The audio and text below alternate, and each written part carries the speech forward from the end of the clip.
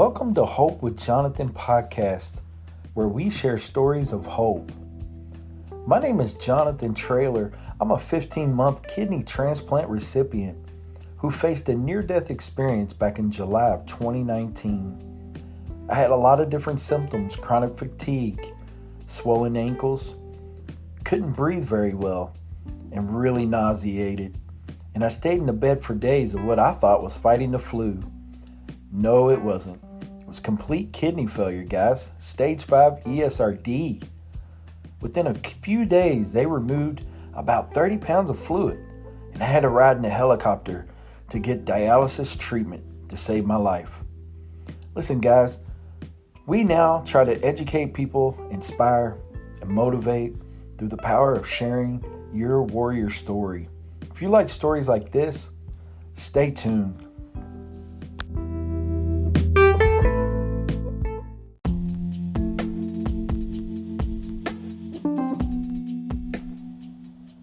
Hope with Jonathan podcast is a Hope Media production.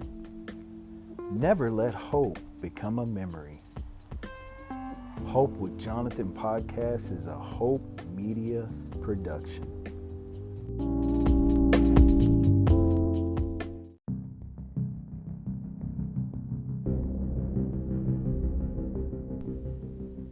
Hey guys, have you checked out Kidney Conversations, a new series brought to you by host Hope with Jonathan and KWM's Kidney Warrior merch, Kyle Hawkers from Toronto, Canada. Yes, it's a brand new series brought to you by us for you as the kidney patient. We're trying to inform, educate, and inspire by sharing and spreading awareness for kidney disease, dialysis, kidney failure, transplant, organ donation, and so much more. This is a brand new series, guys, brought to you by Hope with Jonathan and Kidney Warrior merch. What we're going to do is post weekly on our pages across social media. Right now it's Facebook, Instagram, and Twitter. And then on Friday, we'll be releasing an informative video over on Hope with Jonathan. Check it out, guys. kidneyconversations.info.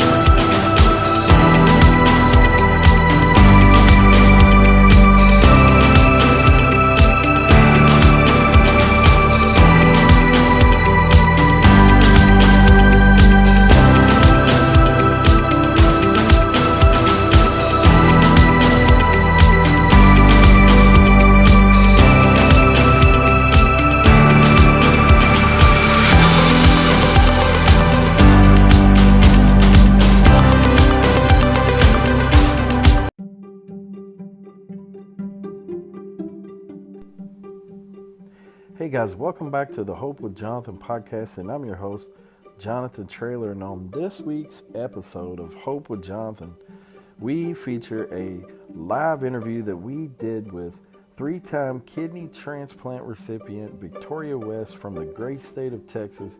And also we had Alexandria Rosa. She wants everyone to call her Alex. So Alex Rosa on our show. Alex is an informative, very positive person, got lots of information. I believe the topic that we discussed on this podcast was the roles of nurses with kidney disease, dialysis, and all of that type of stuff. So I believe Alex is an incredible individual that's, like I said, very informative person, has lots of knowledge to share, and she's just awesome in the community. I see her doing lots of different podcasts now and interacting with different people that are influencers and things like that. So she's just a really incredible positive light in the kidney community and beyond. So I got lots of knowledge to share, and she was awesome on this podcast, and talked a lot about what she does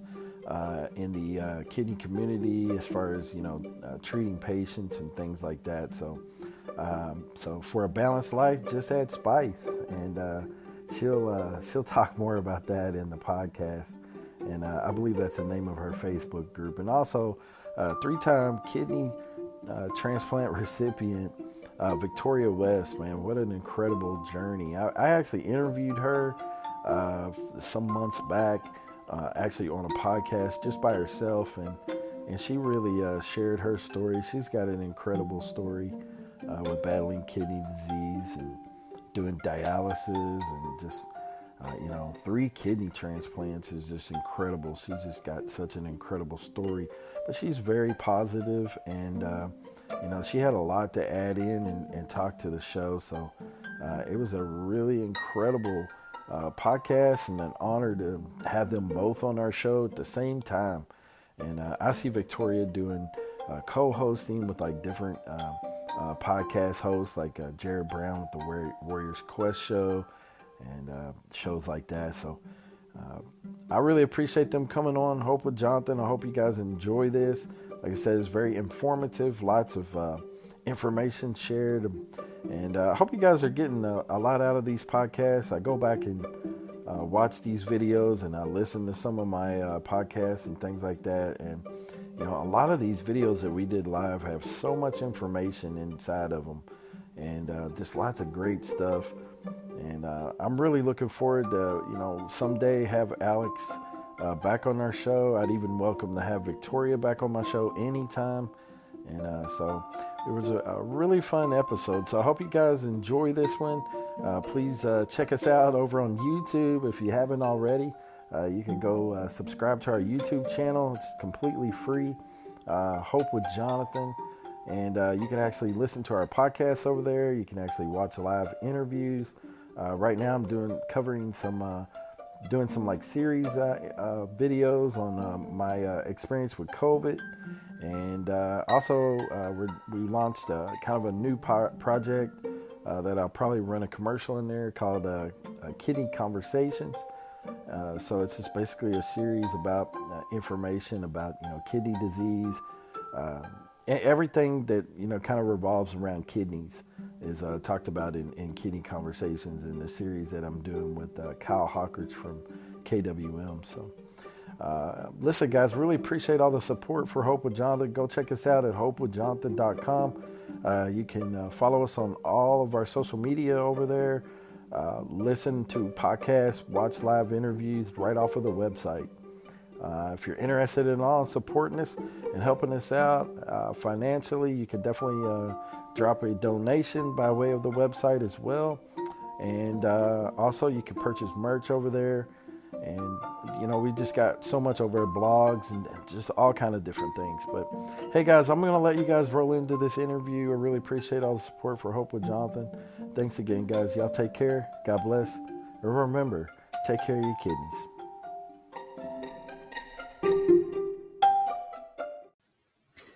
Hey guys, welcome back to Hope with Jonathan. I'm your host, Jonathan Traylor, and I hope you guys are having a blessed afternoon or early evening.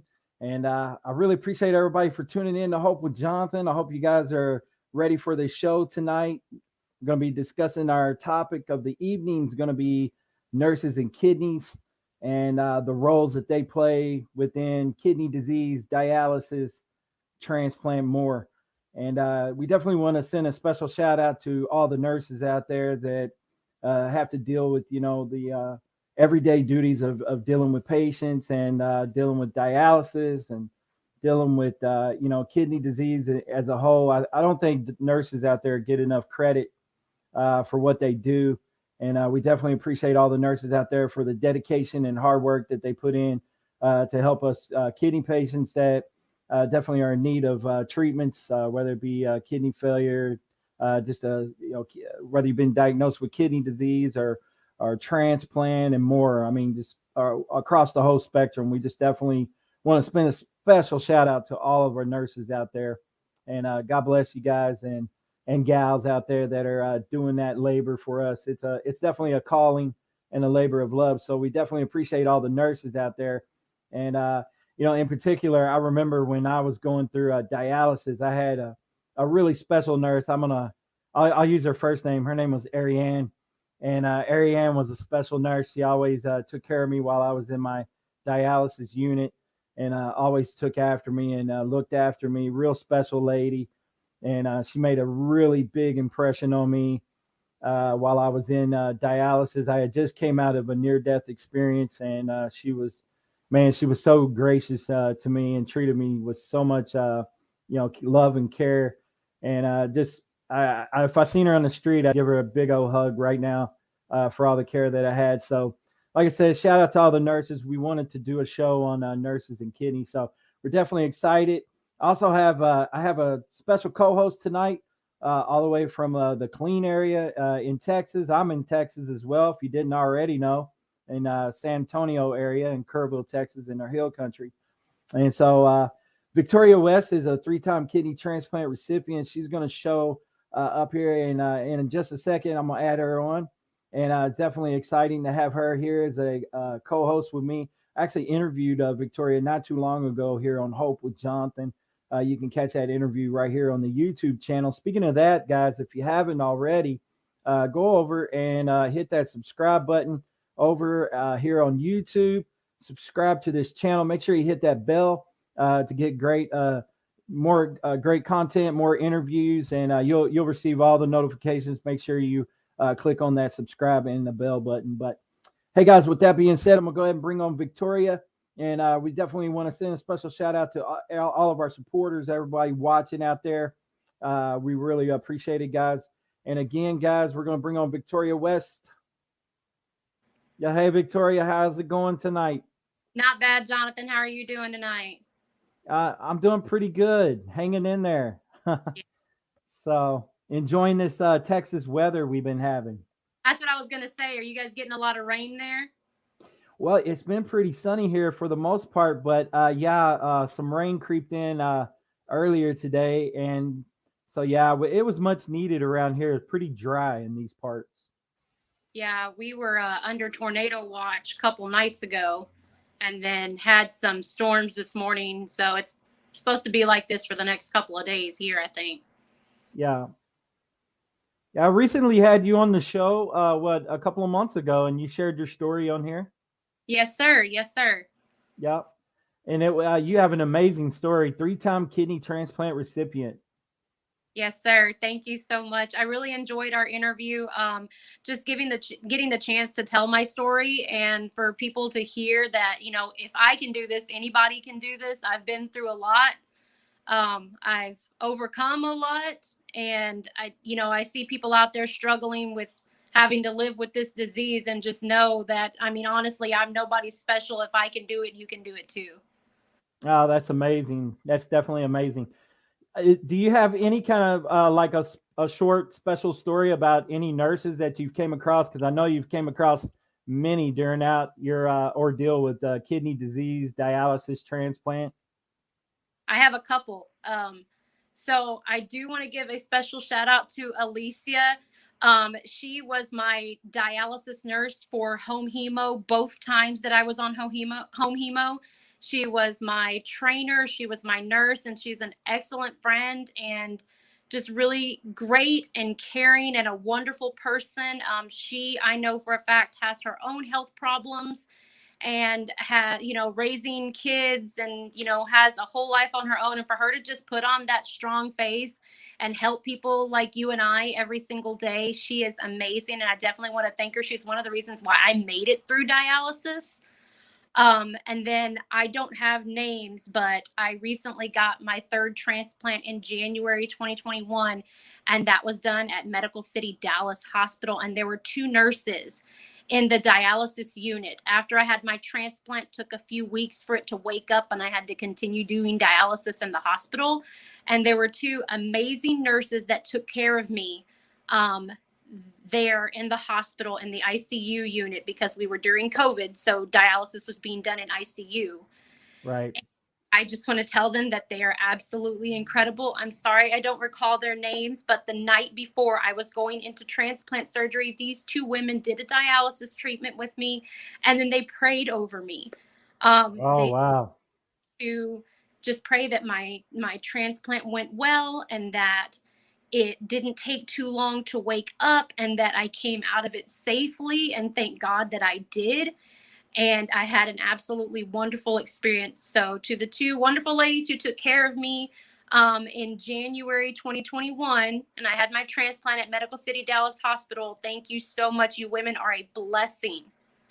Yes, they truly are, and it's a special calling, I believe, on their life, and that's amazing that they prayed for you, and that's awesome when people do that, and especially in the medical, care and stuff, that they took the time out to express their faith and belief and pray with you. So that's amazing, and we want to send a shout out to everybody watching. Appreciate you, Steve Belcher. Steve, the kidney nurse, appreciate you watching, my friend. Kyle Hawkins from Toronto, Canada, KWM, Kidney Warrior merch. Facebook user, I believe that's one of my family members, cousin Talisha. So shout out to Talisha. Appreciate you for watching. Midwest Kidney Warriors in the house. Shane Blanchard. What's going on, Mr. Shane Blanchard? And we appreciate all of you, all of our supporters, for tuning in. Hope you guys will continue to be engaged. Don't be afraid to drop a comment while we're talking. We don't mind your comments and questions, and definitely get engaged, guys, tonight, and share this, guys. Get this out there. See my little guy in the corner? He's telling you to smash that share button. And then I got a guy here that's going to tell you to go ahead and go over and subscribe to our YouTube channel. But hey, guys, again, appreciate all the support.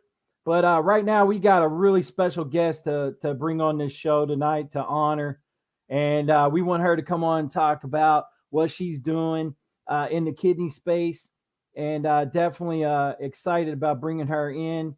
And I hope you guys will get engaged tonight. And we're going to welcome to the show Alex Rosa. And she is amazing. She is an amazing person. And I can't wait. I'm not going to tell anything about her. I want her to tell her whole story. So I hope you guys will definitely get engaged. Keep dropping comments. Go ahead and continue to smash that share button. And let's welcome to the show Alex Rosa.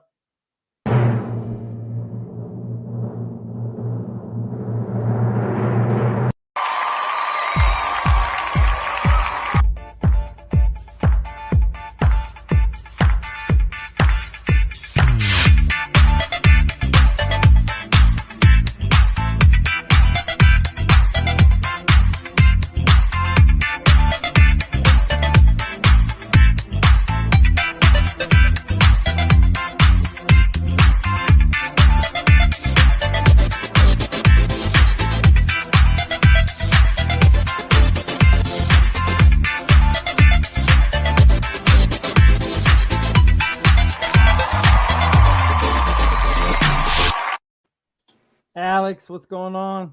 Hey, what an intro. Yeah. Wow. Yeah. Oh my gosh. Yeah, I learned how to do all that from a few friends in the kidney community. So shout out to the Brown brothers. Oh wow. That was Yeah. impressive. I'm gonna have to learn how to do that for mine. Well, hey, Alex, why don't you tell us a little bit about yourself and what you're doing in the kidney space? In the kidney space. Yes. So my name's Alex Rosa. I'm a registered nurse from Ohio, from Northeast Ohio, up by Cleveland Way. And I've been in healthcare for, my gosh, like over 15 years now.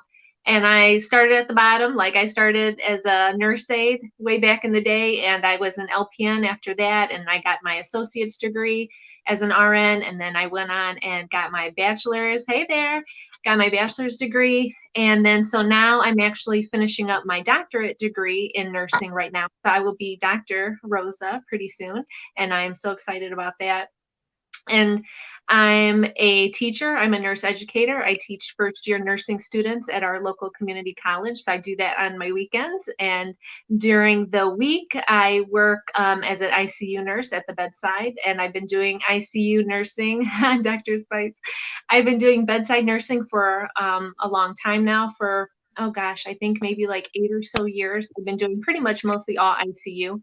And I've done, in my travels, done a little bit of everything. So home care, inpatient, outpatient, hospice, a little bit of emergency, a little bit, but mostly ICU. And what else do I have going on? So I'm going to school. I've got a family. I've got 3 kids. I've got a 16-year-old, a 14-year-old, and a 4-year-old. And I'm doing all that. And within the last year, I decided to kind of start my own business. And I've always been, interested in holistic health and wellness and preventative medicine. And I had always dealt with, being overweight. I had always dealt with anxiety and depression. And I was on a lot of meds at one point, and I was having kidney problems. And then after I had my youngest, after I had my 4-year-old, I went into severe heart failure, very severe heart failure. And they pretty much told me, like, if you don't get your shit together, like, you're gonna die. If you try to get pregnant again, like, your next baby could die. Like, it took me to get to that point. And my kidneys were shit. My heart was not doing good. It was just bad. And I just was like, I got to get it together. So I worked really hard, and I turned everything around for myself. And I did that all while raising my kids and going to school and working. And I said, if I can do it, I can teach other people how to do this. So that's what I've really kind of set out to do with my whole spice, and looking at people in a holistic lens, and teaching other healthcare professionals that are moms that are going to school, about time management and productivity and being healthy in a holistic way, and managing all the stress and everything, especially now with COVID. Everybody's just, the stress levels, and especially in healthcare, people are just at their breaking point, at the burnout point. And I'm really trying to share that message of emotional strength, stress management, like resilience, like, we can get through this. We got to do it together. So, rallying everybody together. And so that's really a bit what I've been working on the past couple months here, is really getting this together and meeting amazing people like the both of you. I've met so many incredible people while I've been on this journey. No, seriously, I'm for real. I'm not even playing. Like, I've met so many great people, and I'm so thankful. Yeah. Oh, the kidney community is full of awesome people, and they're like a giant family.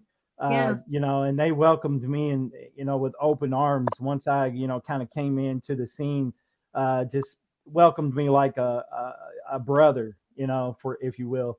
And so it's definitely been amazing. But can you define what holistic means completely?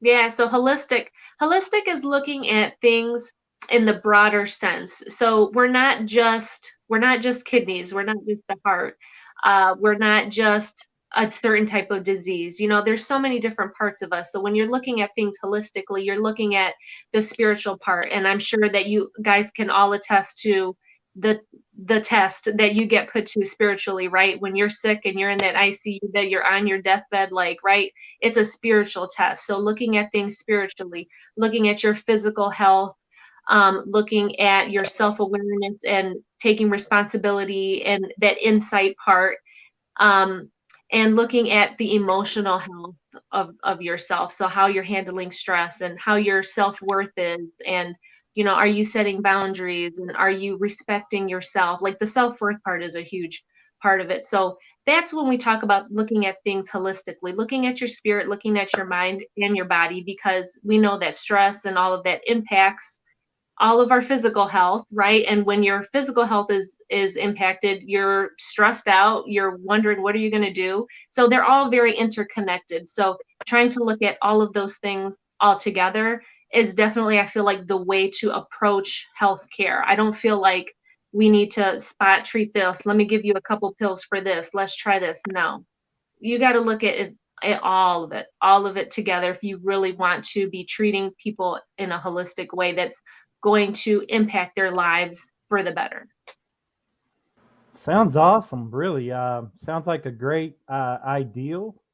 And yeah, I mean, you're living proof that it's working. Obviously, especially if you've applied that to your lifestyle. I'm sure when you said you faced heart issues, that you had to completely change your diet and lifestyle and things like that. What changes did you make?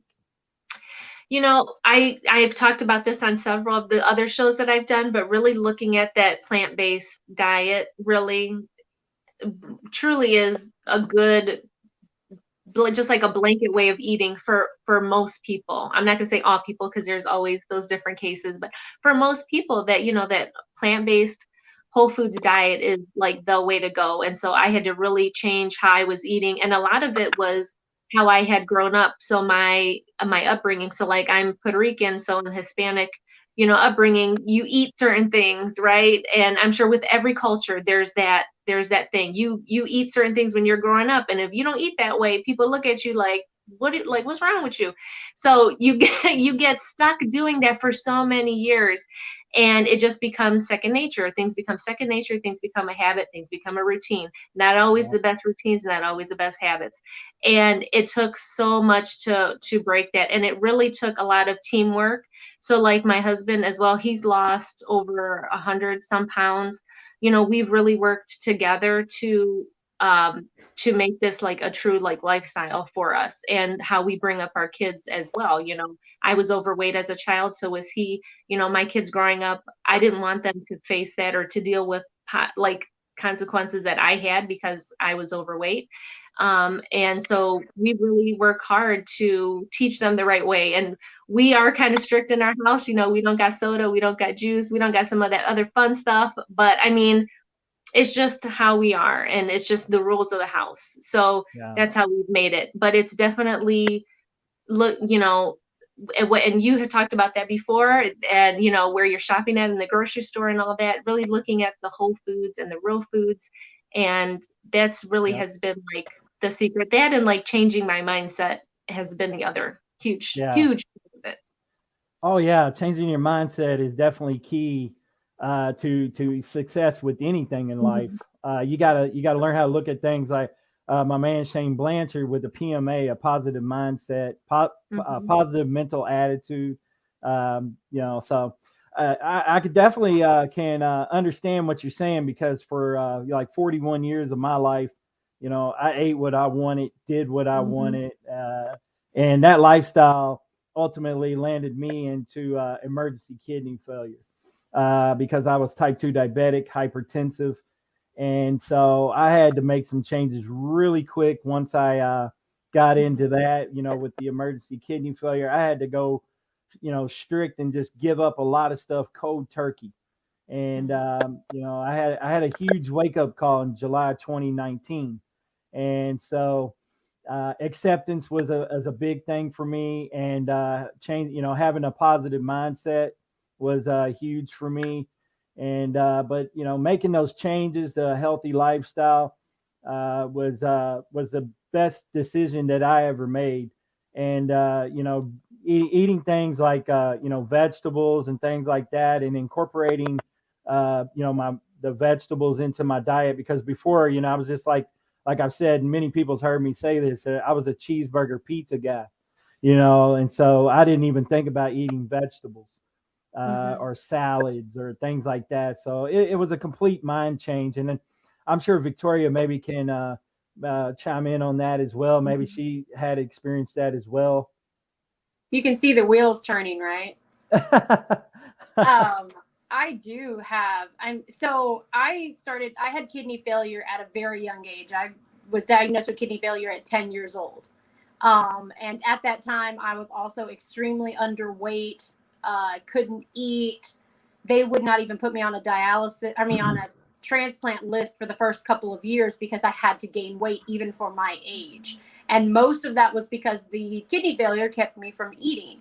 But like you, Alex, I'm Mexican American. I grew up in a Hispanic household, and where the way to gain weight is eat tortillas and beans and rice and all these things that I'm not supposed to have. And so for, the first 5 or 6 years of me being on dialysis from 10 to 15, I didn't get to eat all those fun things, Jonathan, like pizza and cheeseburgers and, things like that. I would get a special treat every now and then, like maybe, tacos or Arby's or something, but that was mainly because they needed me to gain weight, and as I got my first transplant at 15, very quickly, because I never did get to eat all those fun things, the first thing I wanted to do is go eat a whole medium cheese pizza by myself and drink a bottle of Coke.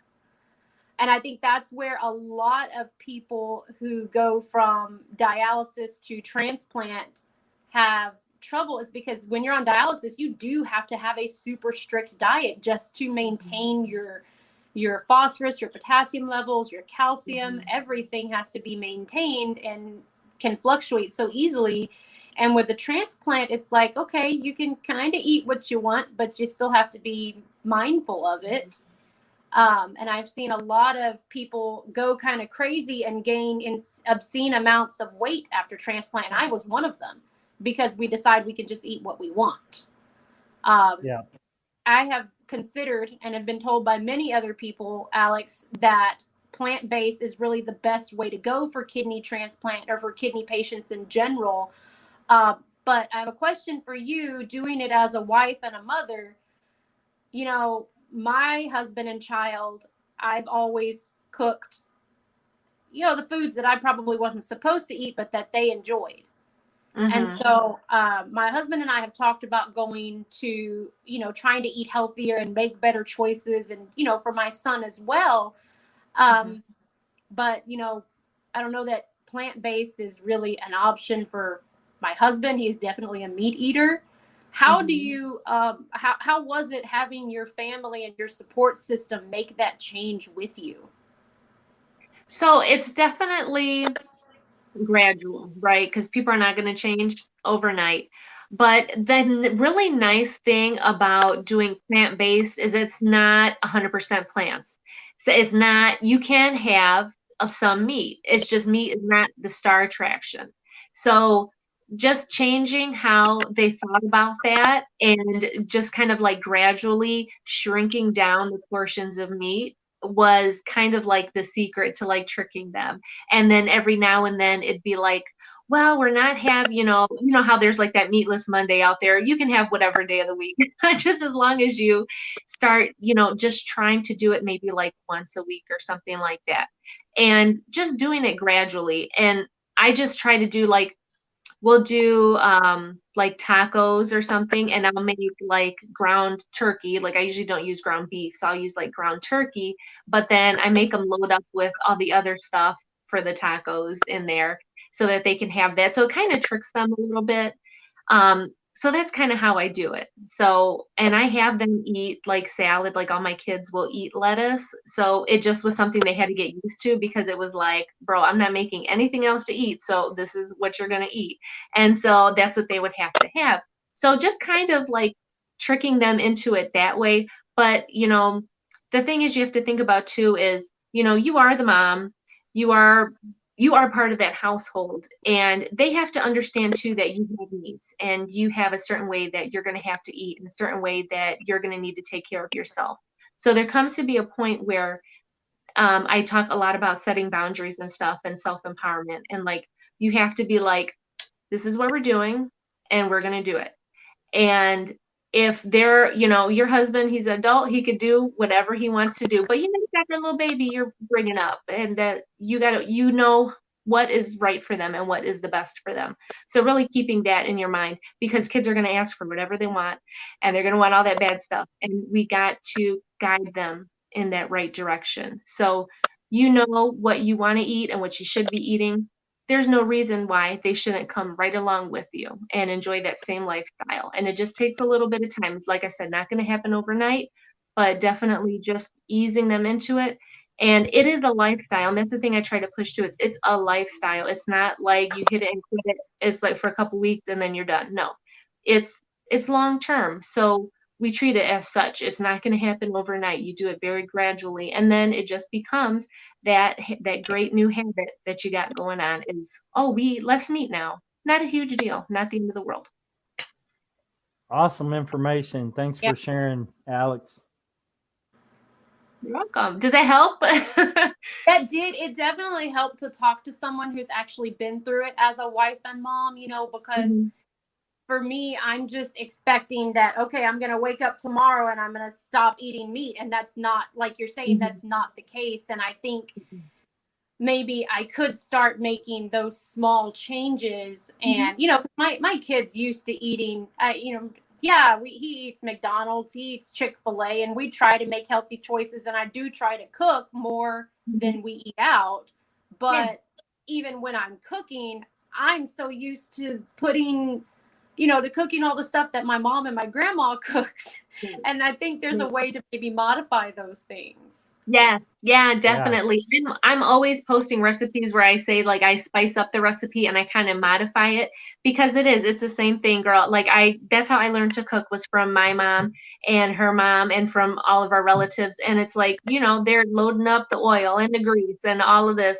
And we can't do that. We have to like kind of update how we're preparing things. And it takes a little bit of sometimes ingenuity, and sometimes that's why I like putting the content I have out there because I do enjoy cooking. So I do, Yeah. have different ways to prepare things.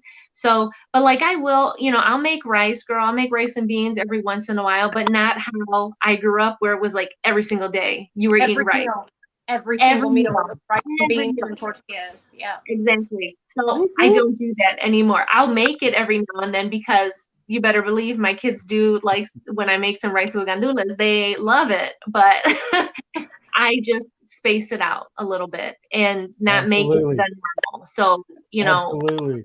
that's just kind of how I do it. Yep. But yeah, you just got to get a little bit creative. You know what meals that your family does usually gravitate to and what they like. There's always a better option, a way to spice those things up. Do you, Hey, I'm that's sorry, that's Alex, do you get to, do you meal prep a lot, or is that helpful with this? Yeah. Yeah. Oh yeah, girl. When you're busy, the whole work life balance is like my jam. And when you're busy and you're running around and you want to have stuff that you want to have it laid out where you don't have to think about it too much, because when we start to think about things, that's when we start to make decisions we shouldn't be making because we're overthinking it. So I like to just plan it out a week ahead of time. And I just use like paper and pencil a lot of the time. I don't get super fancy with things, but you can obviously. But I just look at it a week ahead of time and I kind of consider where everybody's going to be at and what we got going on. And am I actually going to be able to like sit down and make a full meal, or do I need to have stuff where the kids can just grab it and put it together? Whatever, that they can make for their younger brother, just easy stuff. And so I'm always, planning out the meals, and I just try to keep it simple. I don't try to make things super fancy because nobody's got time for that. Nobody got money for that. So we just keep it easy. And I list out what I'm going to make. And then at the bottom of like this meal planning system that I have, at the bottom, I have a part where you plan for the next day. So if you got to take out meat, or if you want to do something special, whatever, you got to get ready, then you can get ready for the next day. And if you don't like something you got for one day, you can just scoot it to another day and scoot that meal and put it another day.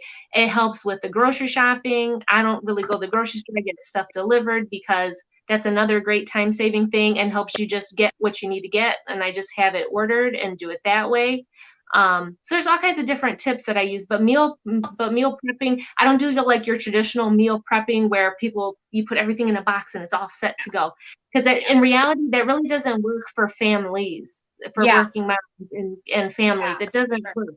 So just trying to put like the bulk of like your meal together, and then having people just warm up their sides, and just thinking about things that can have different parts that you can put together and mix and match throughout the week is the easiest way to meal prep that I've come across that I use on the daily. So I will say that too with awesome. the grocery shopping. I don't really go to the grocery store, and you know how much money I save when I'm not walking down every aisle mhm.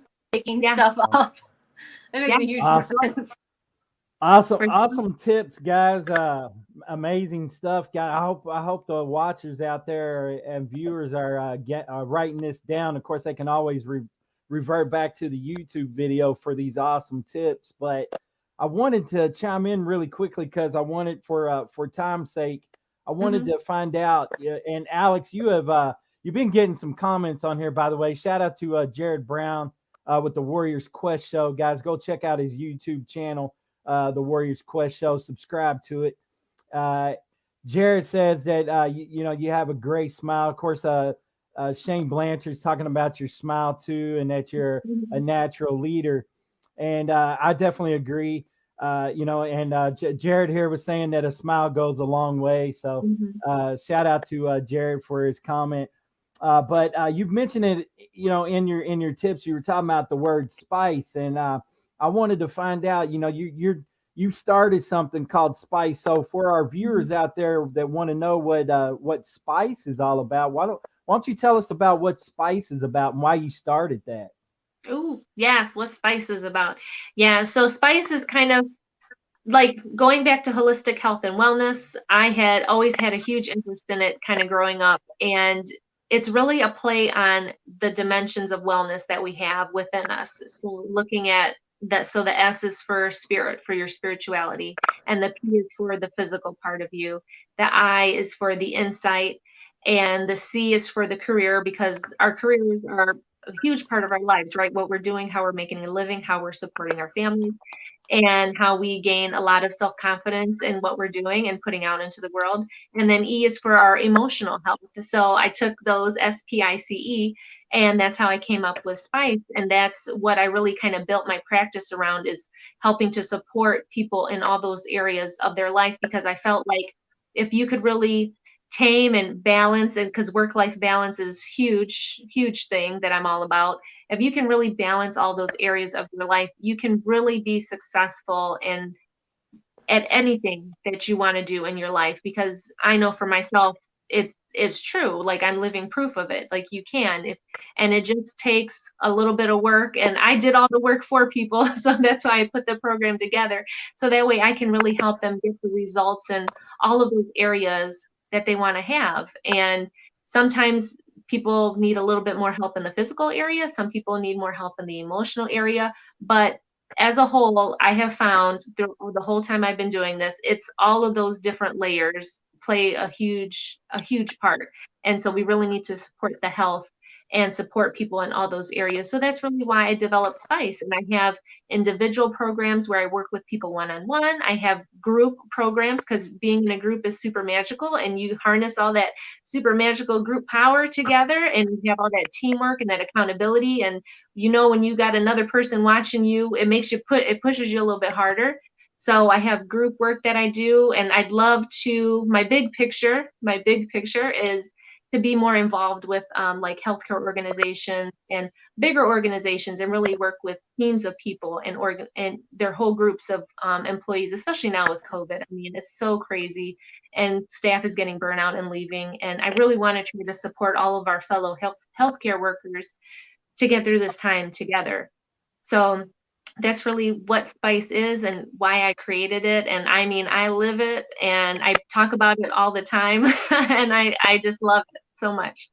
Yeah, no, it sounds awesome. I've actually was wondering about it. Of course, I follow you on social media and stuff. So I was just wondering, and I wanted to give our viewers a chance to, get the details on it, because, you'd mentioned it, and I've got it on the poster, but it sounds amazing. And I love the ideal of it.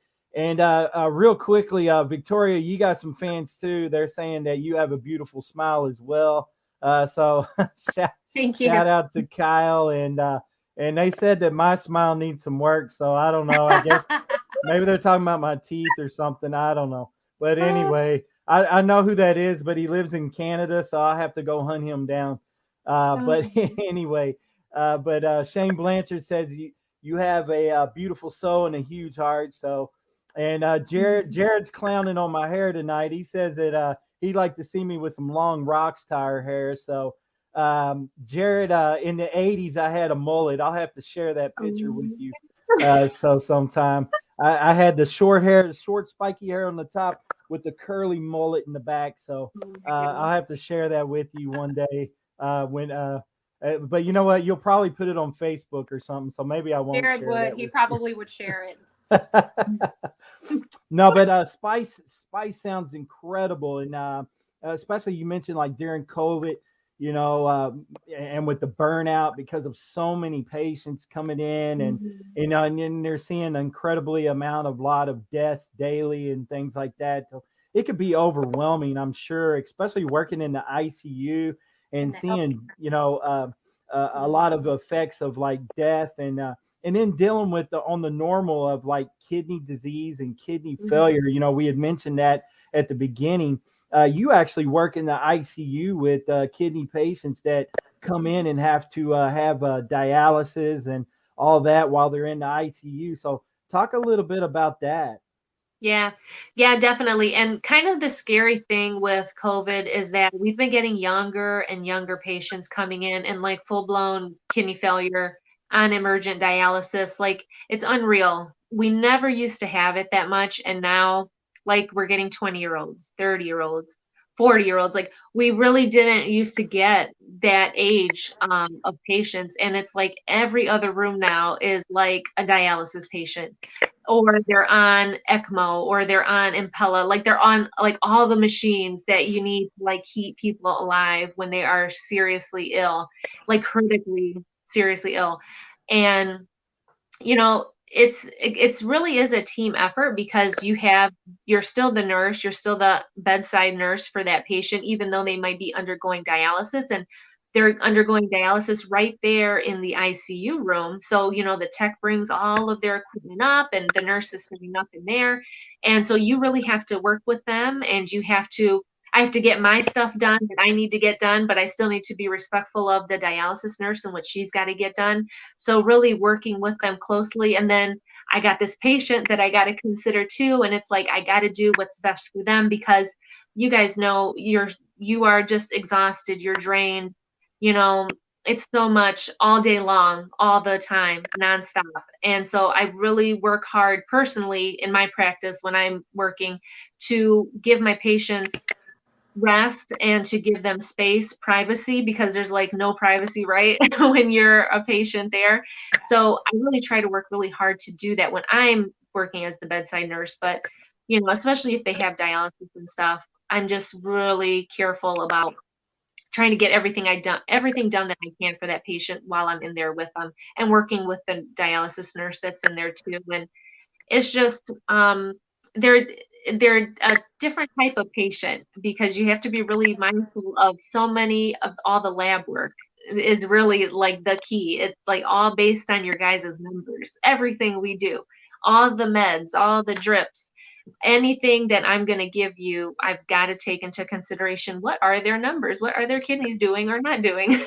So that's really a huge part of it. And I just know also taking care of dialysis patients, it's educating the patient, taking care of the patient, but then it's also the family member that's there seeing their loved one in the bed, hooked up to all the machines, all the things, knowing that they're going to have to go home with this stuff, a version of this stuff. And it's like preparing that person that probably doesn't have any healthcare experience at all, never thought that this would ever happen to them in a million years, never thought their wife or their husband, their boyfriend, girlfriend would be laying in that bed. And now all of a sudden they're going to have to take care of them when they go home.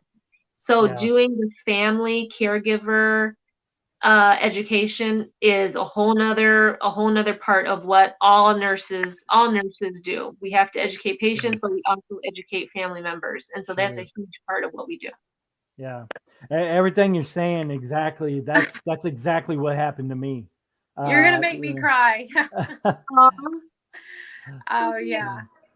You Yeah. really are. You are an absolutely amazing person.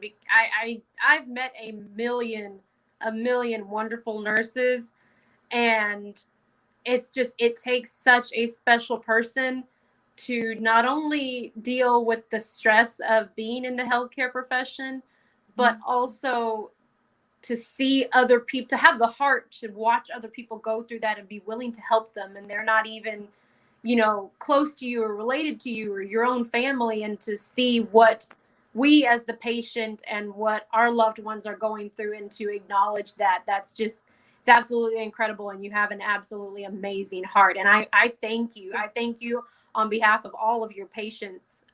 Thank you for everything that you're doing. Oh, thank you so much. I really appreciate hearing that. Thank you. Yeah, it's amazing. It's amazing what you're doing, and like I said, everything that you said, that was exactly what happened to me. I was in an emergency case, and kidney disease hit me like a truck, literally. And if it wasn't for nurses that really cared about their job, and really helped me along the way with, like you said, education. Education is definitely key. Of course, if you make it to the ICU, prevention, that's something that you should have already learned, was prevention. But unfortunately, for some of us, we had to learn the hard way and go the hard route. And that's what happened to me. Was I went the hard route, and thankfully I had some really strong nurses, that really helped me along the way, inside of the, not only at my local hospital, but in San Antonio, when I made it there, and then all the way through dialysis and transplant. I mean, I've had some incredible nurses, and like Victoria said, though, thank you. Thank you will never be enough, but that's the only way I can express it to you is as thank you for everything that you're doing in the community. It's awesome, and keep going, and keep dropping the spice. Keep shaking the spice everywhere you go. Right. So I love that. I do have a question also, Alex. Yeah. So you were talking about how you were experiencing kidney failure, and now you are also working with kidney patients in the ICU. What came first? Did you go through this and then decide that was the route you wanted to go with your career, or did that just happen to happen and you were already in that situation? You know what? I had I'm like very like blunt when I talk about stuff, and I had been like punishing my body for years and years, girl, years and years and years, punishing my body and not paying attention to the signs. And even though I was a nurse, I just something was like blocking me. There was like resistance there to like fully like acknowledge that I was not making good choices for myself. And it was always there, but like I said, there was like that resistance, but it was blocking me. And it really took that whole awakening that I had with the heart failure to really like snap me and like, girl, get your shit together. That's what really hit me. Even though I had taken care of patients like that were kidney patients and heart patients and overweight patients and with high blood pressure and all the things that I had, I just like I said, there was just something there that was blocking me from making a different choice for myself until that happened to me. Um, and now that I'm there, now that I've like kind of crossed over to the other side and I'm doing things differently now, I approach the way that I take care of my patients so much differently now. And I approach it more of, I know what you're missing. You're missing this education part. You're missing this support part. You're like, all we've been doing for years and years is just giving people pills and giving people quick fixes. And I feel like, what am I doing with all these hours that I'm spending with these patients? Like, I need to be doing more for them. I need to be adding spice to to what I'm doing when I'm practicing with them. And so that's why like I've totally changed my whole process of how I'm caring for patients. And now that I'm teaching nurses, this is all the stuff that I'm teaching them now because I want to see a different generation of nurses coming up that are looking at patients differently, not how like I was taught, how it needs to be, where we need to be educating these patients and these family members so that they're not coming back with these same problems over and over again, that we can really make a real difference in their lives and not just give it a quick fix. So it took me that hard thing to get over and had that horrible thing happen to me to finally cross over to that other side. But I'm so glad, things don't happen for coincidence. There's always a reason why things happen. There's always a purpose behind it. And that just was what happened to me. And now I'm on the other side and this is what I'm meant to do, guys, right? It's the thing. And so that's what I'm really doing right now. And there's no resistance. There's nothing blocking me now. I just go for it. And I just tell my patients how it is.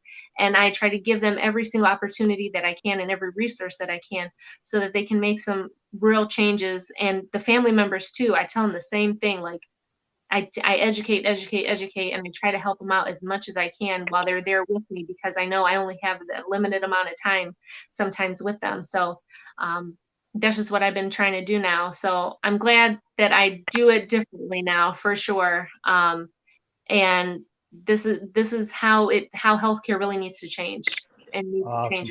Awesome. Absolutely. Awesome stuff. Hey, shout out to Steve, the kidney nurse, Steve Belcher in the house. Yeah, I appreciate him watching tonight. And tomorrow night, tune into his YouTube channel. He's going to have James Fabian from Dad Vice TV from YouTube. He'll have him on there, and they'll be talking and doing an interview. So go check that out on his YouTube channel tomorrow night. I believe it's Wednesday. Steve, what time is that? Hopefully he'll drop a comment what time that's going to be, but that's going to be an incredible interview. So guys, y'all definitely want to check that out. And man, this has been an incredible interview. I'm going to change this up to where everybody can see me talking. So I definitely appreciate Alex for coming on tonight. This has been a very informative interview, and man, it's just been awesome. And if you haven't gotten anything from this, well, you haven't been listening, because there's been a lot of good tips dropped in here, and amazing. Okay, 7 p.m. tomorrow night, guys. Go tune into that. It's going to be an amazing interview with James Fabian from Dad Vice TV with Steve, the kidney nurse, over on YouTube. So go check that out, guys. But this has been an awesome interview, and I definitely appreciate Victoria West for coming on and co-hosting with us tonight. Always it's been a pleasure, amazing. Jonathan. Yeah, it's always a pleasure to have you too, and you asked some great questions, and I really appreciate you coming on and doing it. And before we go, I always like to leave these shows with a message of hope. Because the show's about hope with Jonathan. So maybe somebody out there that's been newly diagnosed, or maybe they're on dialysis, or maybe they're on that transplant list and they've been waiting a while, or maybe they just been hit like I did by kidney disease and they're laying in the ICU. I would like for one of us to leave some sort of word of encouragement for someone to let them know that there is hope. And so I guess we'll go ahead and start with Victoria, if you have anything that you would like to send out to somebody. I always have something to say. Absolutely. I have met so many people like you who were kind of hit with this out of the blue, like me, who've been dealing with it for a very long time. And at times you get to the point that you just want to give up and you don't know if you can keep going or if you can keep living this life. But let me tell you, that once you find your why, like Jonathan and Jared and all of them say, once you find your why, it comes so much easier.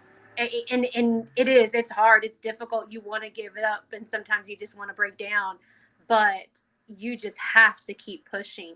You have to, because like my friend Tomas says, no, you never know who your story might inspire.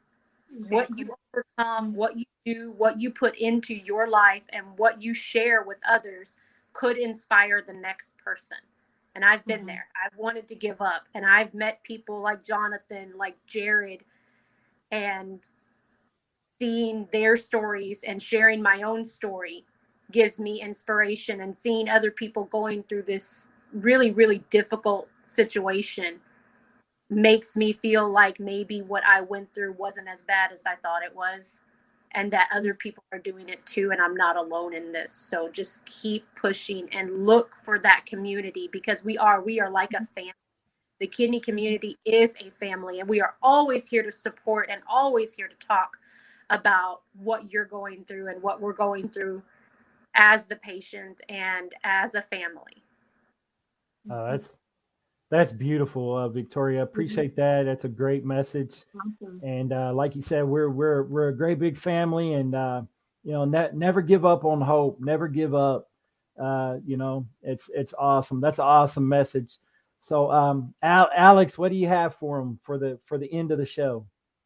Really to piggyback off of what Victoria said, and it's something that I actually was recently just talking about on one of my videos was, don't isolate yourself. Don't feel like you are the only one going through what you're going through, because I can guarantee you there are so many other people going through exactly what you're going through, that are feeling what you're feeling, that feel like nobody understands what they're going through or what is happening, and you're not alone. Don't isolate yourself. There is such a huge community of people around you, and you just have to reach out and just do a simple YouTube search, and you'll find great people like this to connect with, and unlimited resources, unlimited support. It's right there. So don't feel like you need to live in isolation. Don't isolate yourself. Don't shut yourself down, shut yourself out, shut yourself off. Connect, reach out, because there are people that know what you're going through, that can relate to you, and that will support you, and that will be there to listen to you, because sometimes it's all we really need is just somebody to listen to us and to hear us. And I think you guys are offering such a great support system and such a great service with what you guys are doing. It's amazing. So thank you. Awesome. I just want to say, never let hope become a memory. Just keep believing in hope. And I don't know why I feel like sharing this, but reach out to your support systems. Like, support is so crucial. Whether it's if it's not family, then it's your friends. And if it's not your friends, then it's your community center. If it's not your community center, then it's your church. Or it's somewhere. You got to find some support somewhere, right? Because support is crucial. And so don't do this alone. Hang on to hope, but don't do this alone. Like, you got to find somebody that you can talk to, because you're going to have some down days. You're going to have some bad days, some bumps in the road, and you're going to need somebody to talk to. So definitely hang on to support. Find you somewhere, some sort of support, whether it's a support group. Reach out to me. If you don't have a support group, or you don't have somebody, you can reach out to me. You can reach out to Victoria, reach out to Alex, and we'll direct you in the right path, and we'll get you in the right direction. Find you a group of people. And again, I'm Jonathan Traylor, host of Hope with Jonathan podcast. And guys, I'll have all the links, a description for what Alex was talking about with Spice and what she's doing in the kidney space. And definitely want to send a special shout out to all of our supporters, everyone that watched the show tonight. Man, sometimes I'm in awe of the support that I'm getting for the show. So I definitely appreciate it. And again, special thank you to Alex for coming on doing the show, Victoria West. And hey guys, we're going to sign off for now, but look for us next week. We'll be having Emmett Henderson with the Male Lupus Warriors. He'll be on the show. So y'all need to check it out. All the Lupus Warriors out there, come over and check out Hope with Jonathan next week. But God bless you guys. Stay safe out there. And remember to take care of your kidneys. This is Jonathan. We're going to sign off for now.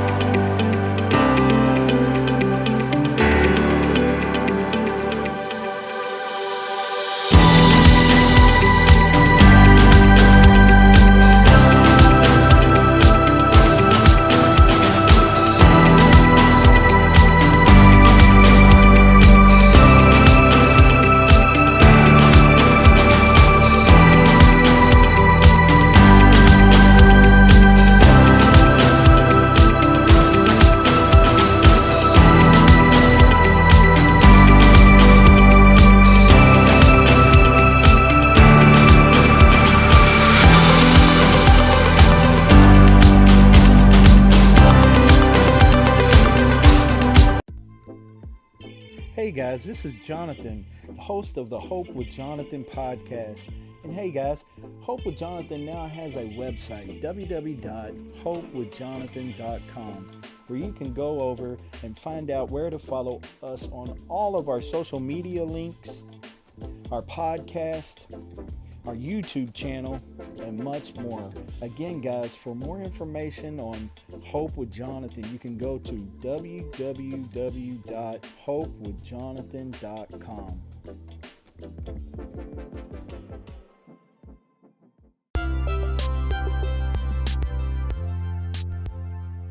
Thanks again, guys, for tuning in to the Hope with Jonathan podcast. We really appreciate our guest on the show, Victoria West from the great state of Texas. I say that as well because I reside in the great state of Texas in the San Antonio area. She's right up the road from me, a couple hours in, I believe, in the Killeen area.